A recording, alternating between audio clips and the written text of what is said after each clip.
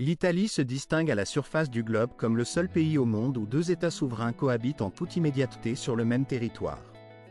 Cette particularité géographique confère à cette nation un caractère exceptionnel, mêlant harmonieusement une histoire riche, des traditions ancestrales et un charme insolite qui fait toute sa singularité. Dans cette contrée, la surprise se cache à chaque coin de rue, prête à émerveiller ceux qui s'y aventurent. On y découvre notamment la tradition festive qui consiste à jeter des oranges dans les rues de Milan, en souvenir d'une ancienne loi qui imposait autrefois aux habitants de sourire lorsqu'ils se promenaient. Même sur ces plages, l'Italie ne se départit pas de règles insolites.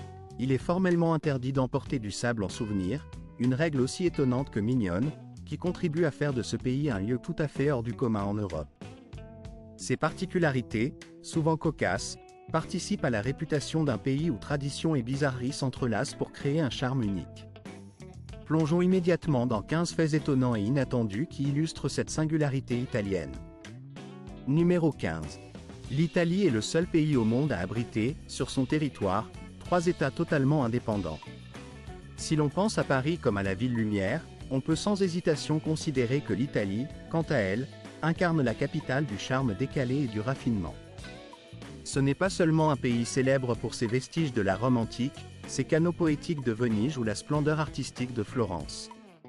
Il existe un fait peu connu qui souligne encore davantage cette originalité. Au cœur même de cette nation en forme de botte, il est possible, en une seule journée, de visiter 3 pays différents. Cela peut sembler incroyable, voire presque impossible, mais c'est bel et bien la vérité.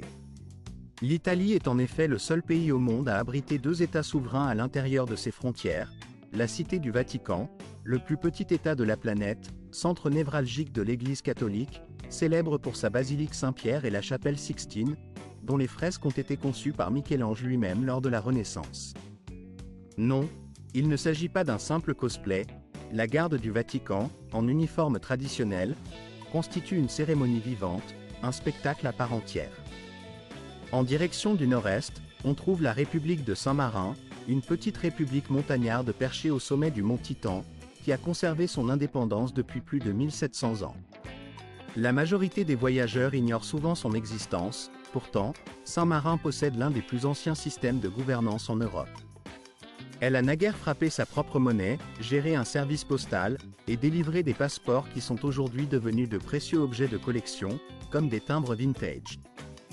Un détail insolite, les citoyens de Saint-Marin n'ont pas besoin de passeport pour entrer en Italie, mais les touristes peuvent demander un timbre international en souvenir, un petit trésor pour les collectionneurs.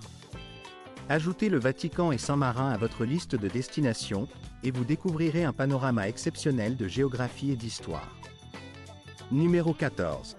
L'Italie possède parmi ses atouts ses plages caractéristiques, qui se distinguent par leur caractère unique. Commençons par la plage de l'Apello, souvent surnommée les Caraïbes de l'Italie. Son eau cristalline, d'un bleu profond, permet aux visiteurs d'observer leur propre ombre danser sur le fond sableux, créant un spectacle hypnotique. Mais ce qui confère à cette plage son unicité ne réside pas uniquement dans la beauté de ses eaux ou la finesse de son sable. Une règle étrange y est en vigueur, il est strictement interdit d'emporter du sable en souvenir.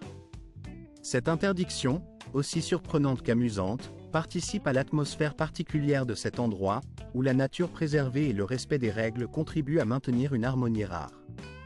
Les visiteurs de ces lieux doivent impérativement déposer une serviette sur le sable avant de s'y installer, comme on poserait une précieuse pierre médicinale, afin d'éviter d'emporter accidentellement avec eux un grain de cette richesse naturelle. Briser cette règle pourrait leur valoir une amende pouvant atteindre plusieurs centaines de dollars, une somme non négligeable.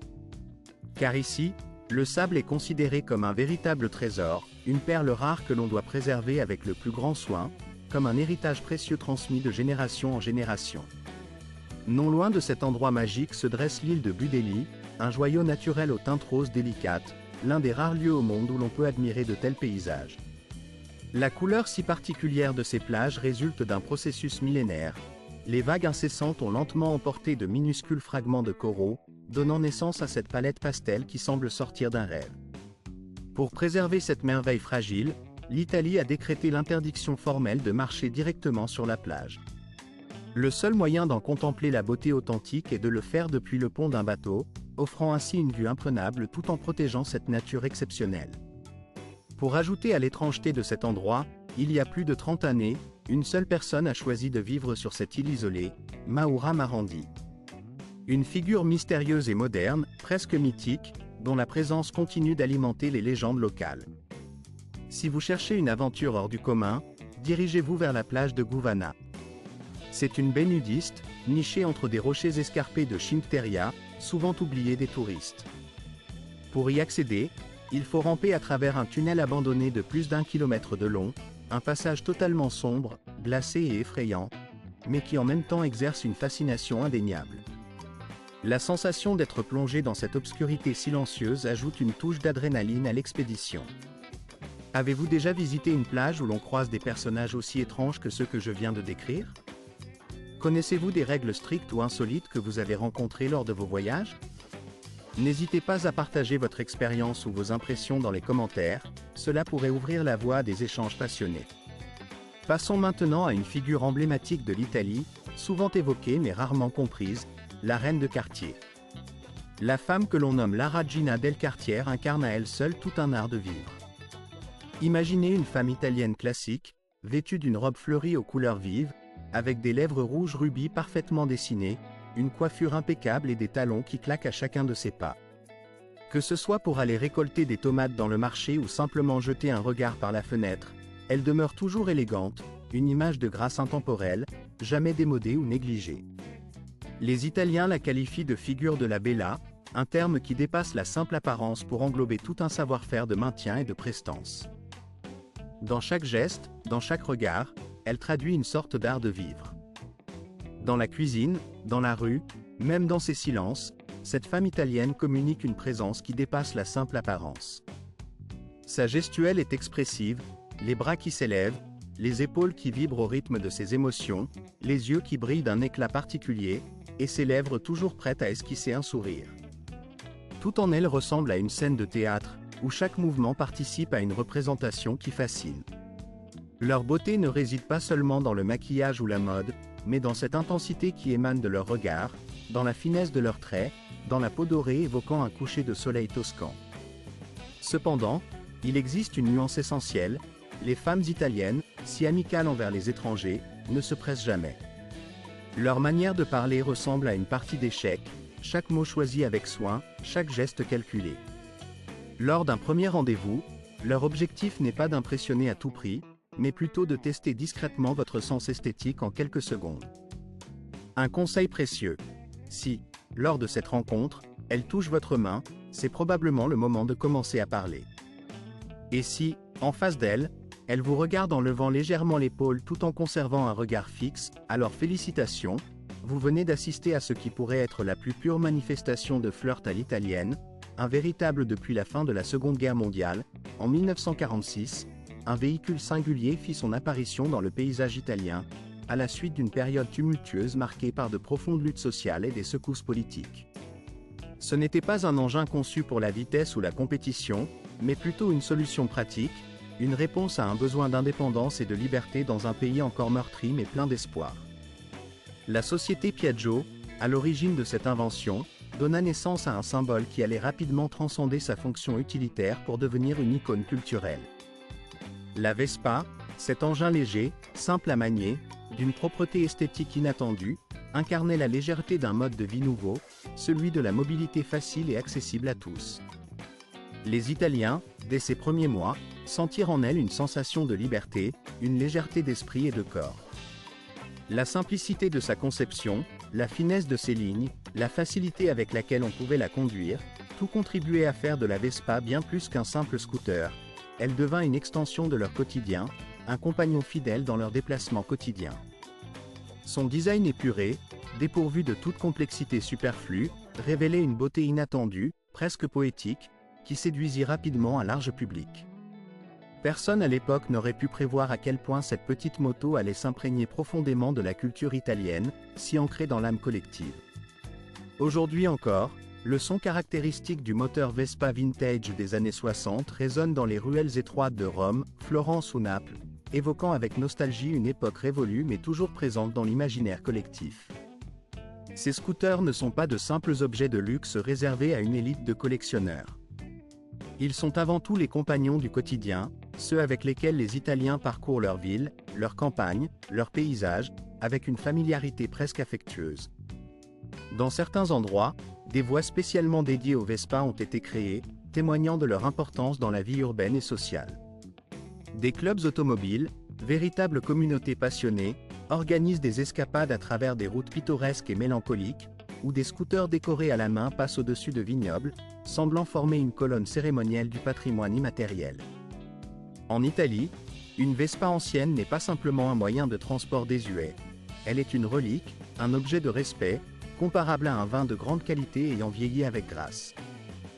À San Gimignano, chaque année, un festival nommé Vespa Raduno rassemble des centaines de ces petits engins classiques, qui serpentent lentement à travers les ruelles médiévales en une procession empreinte de nostalgie nationale. La Vespa devient alors un symbole de mémoire collective, un témoin vivant d'un passé que l'on aime chérir. Dans le sud du pays, cette passion se mêle à l'amour, à la fête et à la tradition. Les jeunes mariés, par exemple, choisissent de refuser la limousine pour partir en voyage de noces, décorant leur Vespa de rubans blancs et laissant s'élever dans l'air le tintement des cloches de mariage qui résonnent dans chaque village. La Vespa devient ainsi un vecteur d'émotion, d'histoire et de communauté. Dans plusieurs villages de montagne du sud de l'Italie, une atmosphère singulière se déploie, presque magique. Ici, il n'est pas rare d'observer des scènes étonnantes où la Vespa, symbole d'une époque révolue, semble fusionner avec le paysage lui-même. Ce n'est qu'en Italie que le gouvernement a imaginé une initiative aussi audacieuse, proposant jusqu'à 30 000 $ de subventions pour encourager les étrangers à s'installer dans ces régions reculées. Dans des régions comme la Calabre ou les Pouilles, les autorités locales ont lancé une opération sans précédent, offrant des incitations financières à ceux qui souhaiteraient y déménager, à condition d'y ouvrir une entreprise traditionnelle. Ce pourrait être une librairie vintage, un atelier d'artisanat, un petit bar cosy ou une boutique de pâtes faites maison. Ces professions, peu à peu abandonnées dans le monde numérique, renaissent ici avec un souffle nouveau, porté par une volonté de préserver un mode de vie authentique. Ce qui rend cette démarche particulièrement belle, c'est qu'elle ne demande pas aux étrangers d'être italiens pour en profiter. Américains, Canadiens, Australiens ou autres voyageurs aventureux peuvent, avec un bon plan et une passion pour la simplicité de la vie, participer à cette renaissance au XIXe siècle. Une règle officielle gouvernait la conduite civique lors des cérémonies publiques. Il était de bon ton, voire vivement recommandé par les autorités, d'arborer un sourire dans tous les lieux publics, à l'exception des établissements hospitaliers et des funérailles. Bien que cette loi ait aujourd'hui été abrogée et ne soit plus formellement en vigueur, la tradition persiste, s'inscrivant comme un trait distinctif du charme particulier de Milan. Dans cette ville, un sourire sincère devient un symbole de convivialité universelle, un langage silencieux qui unit tous ses habitants.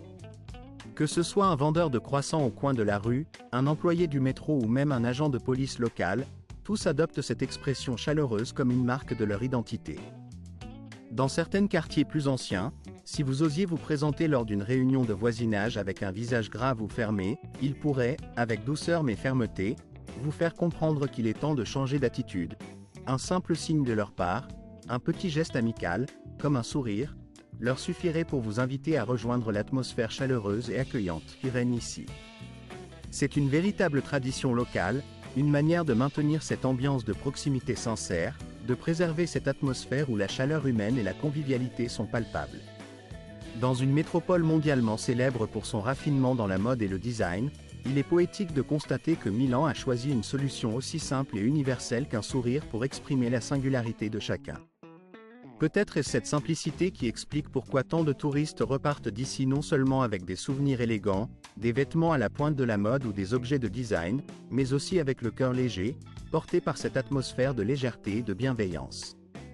Passons maintenant à une autre ville, celle qui fait figure d'exception absolue en Italie, Venise, la cité sans route. Dans un monde où la congestion et les voitures autonomes occupent une place centrale, Venise se démarque comme une véritable échappée féerique. La ville ne possède aucune route, aucune voie carrossable, ce qui peut surprendre. La raison en est simple, ici, il n'y a tout simplement pas de rue. Venise est un dédale envoûtant de plus de 150 canaux, de 400 ponts et d'un réseau infini de ruelles pavées, où l'automobile n'a pas sa place, remplacée par un mode de transport bien différent. Les seuls véhicules qui circulent sont les bateaux, véritables artères de cette cité flottante. Le canal principal, large et majestueux, sert de véritable autoroute où glissent taxis, bateaux, bus et ambulances, évoluant avec grâce sur l'eau comme dans une chorégraphie millénaire. La navigation n'est pas seulement un moyen de déplacement, mais une véritable danse où chaque mouvement est précis et harmonieux. La gondole, emblème incontestable de Venise, incarne cette tradition séculaire. Un navire est lancé, manœuvré par un seul rameur, qui glisse silencieusement sur l'eau, évoquant la poésie et la légèreté d'un ballet ancien. Les Vénitiens ne ressentent pas le chaos qui accompagne la circulation automobile dans d'autres villes. Au contraire, ils profitent de l'air pur, du rythme apaisant des éclaboussures d'eau et du silence précieux qui enveloppe la cité. Cette absence de voiture confère à Venise une aura unique, une identité si forte qu'elle en devient un monument vivant, un lieu hors du temps, inimitable dans le contexte de l'Europe moderne. La ville devient ainsi un véritable chef-d'œuvre architectural et culturel, une oasis de calme et de beauté où la mobilité se fait douce et poétique. Enfin, il ne faut pas oublier le rituel du café en Italie, une tradition profondément ancrée dans la vie quotidienne. 45 minutes dédiées à cette pause précieuse, durant laquelle le café devient bien plus qu'une simple boisson. C'est un véritable rituel social, un moment de partage et de convivialité, que chaque Italien pratique selon des règles tacites mais strictes. Une de celles-ci veut que l'on évite de consommer un espresso après 11 heures du matin. Cela peut sembler étrange, voire incompréhensible pour certains, mais pour les Italiens, l'espresso est une expérience sacrée du matin, une renaissance de l'âme, un réveil intérieur qu'il ne faut pas gâcher par une consommation tardive. Ce qui frappe également, c'est la rapidité avec laquelle ils boivent leur café.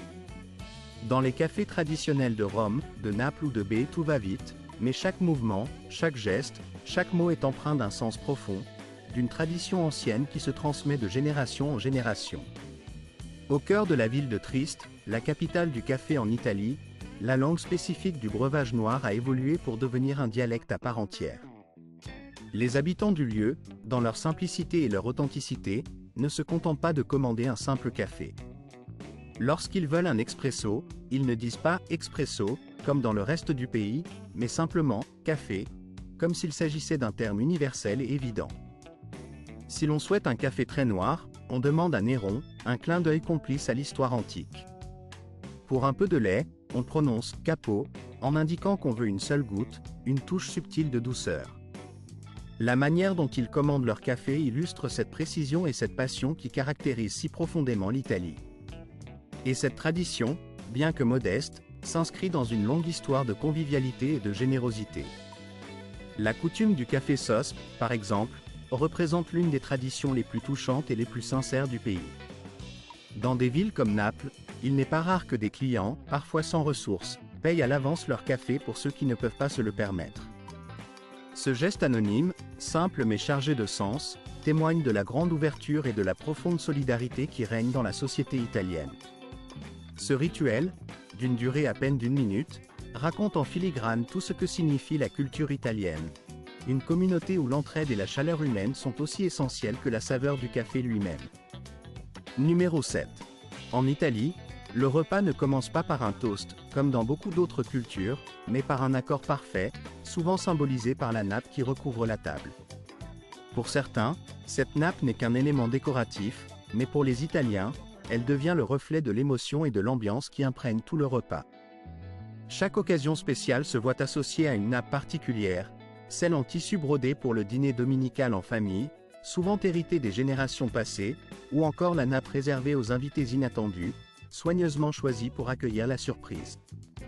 La nappe brodée, notamment, devient un héritage familial précieux, empli de souvenirs d'été passés à partager des repas, de querelles de famille qui se terminent dans la tendresse, ou de réconciliations silencieuses.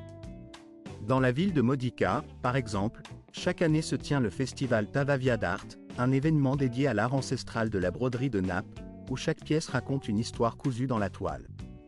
Les boutiques traditionnelles florentines proposent encore aujourd'hui une large gamme de textiles en lin, qui évoquent différentes humeurs et différentes périodes de la vie.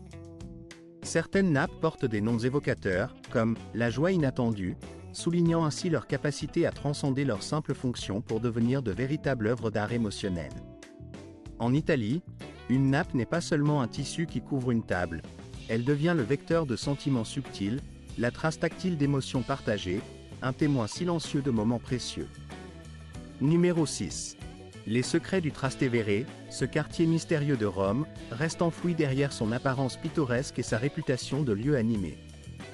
La nuit, ce lieu dévoile une facette que peu de touristes connaissent, une identité secrète qui ne se révèle qu'après le crépuscule. Si Rome est célèbre pour ses places charmantes, ses soirées où l'on sirote un verre de vin en balcon, ou encore la vie nocturne vibrante de Trastevere, peu savent que cette zone recèle un côté plus discret, plus intime. Lorsqu'on déambule dans ces ruelles tortueuses, on découvre que ses habitants, loin du tumulte bruyant des bars bondés, allument des bougies devant leurs portes, non pas pour faire joli, mais comme une invitation silencieuse à la conversation. Ici, l'atmosphère est douce, intime, propice aux échanges profonds, loin de l'agitation extérieure. Les habitants de Trastevere ne cherchent pas la foule ou l'afflux de touristes, ils préfèrent se rassembler sur les trottoirs, en petits groupes, à savourer un verre de vin tout en discutant de sujets poétiques ou philosophiques, jusqu'à l'aube. La vraie vie romaine, celle qui se cache derrière la façade touristique, lorsque la chance vous sourit, vous pouvez vous retrouver à explorer le mystérieux local appelé « visite fantôme », en traversant les ombres inquiétantes qui enveloppent le Panthéon, comme si la vieille cité elle-même vous invitait à une aventure hors du commun. Flânant tard dans la nuit le long de la célèbre rue Via del Corso, vous serez témoin d'un spectacle étonnant. Des femmes italiennes, empreintes d'une confiance indéniable, sirotant leur espresso avec élégance, riant doucement dans les combinés téléphoniques abandonnés ou suspendus, tandis que leurs robes légères flottent au gré du vent nocturne. Tout cela participe à une expérience authentique et vibrante, révélant une Rome vivante et réelle, bien loin des clichés touristiques. La ville regorge de lieux emblématiques, comme les bars légendaires Bar del Fico ou Jerry Thomas, qui ne se contentent pas d'être de simples établissements où l'on sert des cocktails raffinés. Ces lieux ont longtemps été des centres d'attraction clandestins, où artistes et écrivains se rassemblaient en secret, partageant leurs inspirations dans une ambiance à la fois mystérieuse et inspirante. S'enivrer dans ces endroits revêt une saveur particulière, presque comme une immersion dans le passé. Autrefois, un ancien stade romain s'est métamorphosé en une scène en plein air, où artistes de rue et musiciens animent la nuit, offrant un spectacle vivant et imprévisible. À Opiazzidelle, la moitié surprenante de cette ville énigmatique, se trouve un mur mystérieux, connu sous le nom de « mur du chuchotement ».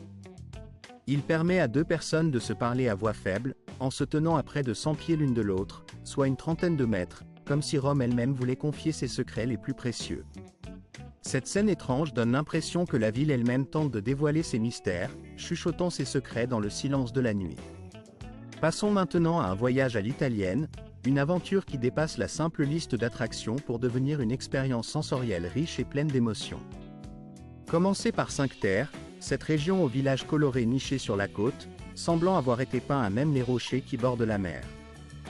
Leur apparence vibrante et authentique invite à la découverte, et il est facile de rejoindre ces villages depuis le port de Vénérie, un véritable joyau caché où la mer turquoise dévoile ses mystères. Là-bas, faire du kayak dans les grottes marines mystérieuses est une activité incontournable, permettant d'explorer des recoins secrets et de ressentir la magie de la nature. Ensuite, prenez le train pour la Spezia, célèbre pour ses produits de la mer d'une fraîcheur exceptionnelle et à des prix abordables, une étape parfaite pour se régaler de fruits de mer aux saveurs authentiques. Après cette immersion côtière, dirigez-vous vers la célèbre tour penchée de Pise, qui reste le monument le plus emblématique de la région, mais n'y limitez pas votre visite. Prenez le temps de flâner dans les environs, notamment dans le quartier des Piadei Miracoli, où se dressent la cathédrale, le monastère et le musée. Là, vous pourrez admirer l'architecture exceptionnelle et apprécier la richesse historique de la ville. Poussez également un regard vers l'Orto Botanico, un jardin botanique fondé en 1544, qui se classe parmi les plus anciens d'Europe, offrant un havre de paix et de verdure au cœur de la ville. Le voyage en Italie ne se limite pas à jeter une pièce dans la fontaine de Trévi, symbole de rêve et de chance. En quelques minutes à pied, vous atteindrez l'escalier espagnol, rendu célèbre par le film « Vacances romaines », où les amoureux de la ville aiment se promener et prendre des photos. Ensuite, dirigez-vous vers la Via del Corso, un véritable paradis pour les amateurs de shopping, au cœur de la cité antique, pour finir votre journée avec une tasse de café italien, un espresso parfait, symbole de la Dolce Vita. Bien sûr, le monument incontournable reste le Colisée, dans les murs duquel résonnaient autrefois les bruits des épées et des gladiateurs. À quelques pas de là se trouvent le Mont Palatin et le Forum romain, où chaque pierre raconte l'histoire de l'Empire romain, où marcher, c'est marcher dans les pas des anciens. Les Italiens, quant à eux, ne parlent pas simplement avec leurs mots, mais avec leurs mains. Avez-vous déjà entendu leur manière si expressive? Les gestes, dans la culture italienne, sont si profondément enracinés dans leur manière de communiquer qu'ils peuvent être lus comme autant de signes, capables de transmettre des messages complexes et nuancés, souvent au-delà de ce qui est verbalement exprimé. Un seul mouvement précis, comme un pincement dirigé vers le haut, peut contenir une multitude de significations, allant bien au-delà de la simple action physique. Il incarne une confusion pure, une émotion mêlée de grâce élégante, une façon de dire sans mots que quelque chose n'est pas clair ou qu'on est perplexe, tout en conservant une certaine délicatesse dans la manière de le faire. Il est fascinant de constater qu'en Italie, cette richesse gestuelle a été si bien organisée et codifiée qu'à une époque, un dictionnaire complet dédié à la langue des signes italienne a été publié, répertoriant plus de 250 mouvements officiels. À Naples, par exemple, l'apprentissage de ces gestes fait partie intégrante de l'éducation des enfants, qui sont initiés par des parlars, des locuteurs spécialisés dans la communication gestuelle, souvent issus de la communauté des Conmani. Ces enfants apprennent à parler avec leurs mains, comme une extension naturelle de leur culture locale, une manière de parler qui dépasse la parole pour devenir un véritable art. De plus, il est intéressant de noter que ces gestes varient d'une région à l'autre, reflétant la diversité culturelle propre à chaque territoire. À Rome, par exemple, les habitants agitent leurs bras comme des chefs d'orchestre, comme pour diriger une symphonie invisible, tandis qu'en Sicile, les gestes prennent une tournure plus fluide, plus dansée, où les doigts se tordent avec une grâce qui évoque la danse. Chaque conversation devient ainsi un spectacle, une véritable mise en scène où chaque mouvement participe à la narration. Il est impossible de comprendre pleinement la communication italienne si l'on se limite à écouter leurs paroles.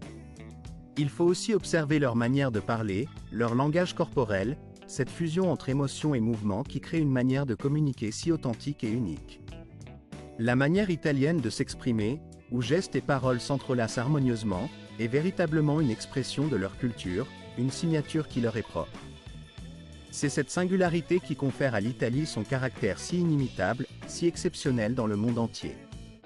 Passons maintenant au troisième point, les festivals les plus étranges, les plus merveilleux d'Europe.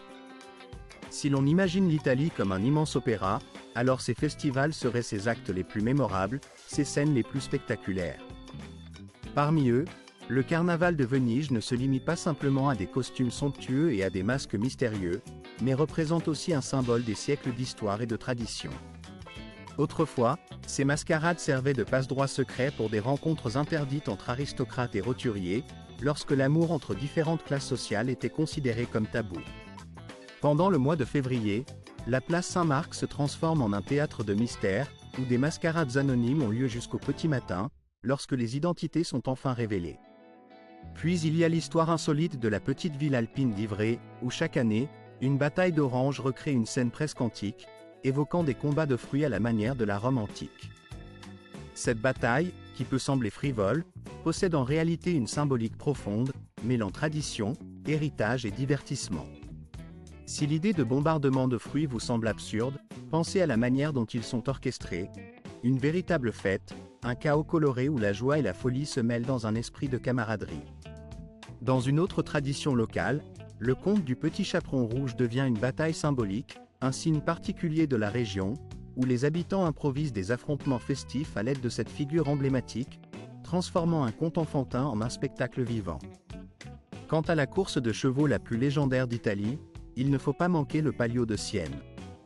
Sur la célèbre place del Campo, des courses effrénées s'organisent, où les cavaliers s'élancent à toute vitesse, souvent sans cavalier, dans une ambiance sauvage et imprévisible.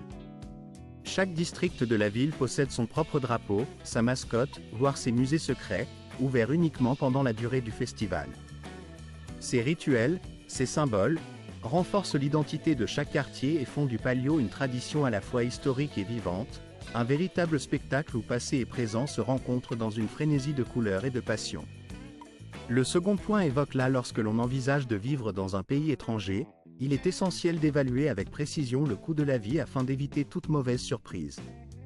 En Italie, par exemple, le budget nécessaire pour une personne qui souhaite mener une existence confortable se situe généralement entre 1300 et 1600 dollars par mois. Ce montant englobe des dépenses diverses telles que l'alimentation, le transport, la santé et les loisirs, mais il reste tout à fait accessible pour ceux qui souhaitent s'installer durablement dans ce pays. Côté alimentation, la simplicité et la convivialité prédominent. Si l'on décide de préparer ses repas à la maison, on peut prévoir une dépense mensuelle approximative de 300 à 400 dollars, en achetant des produits locaux et de qualité.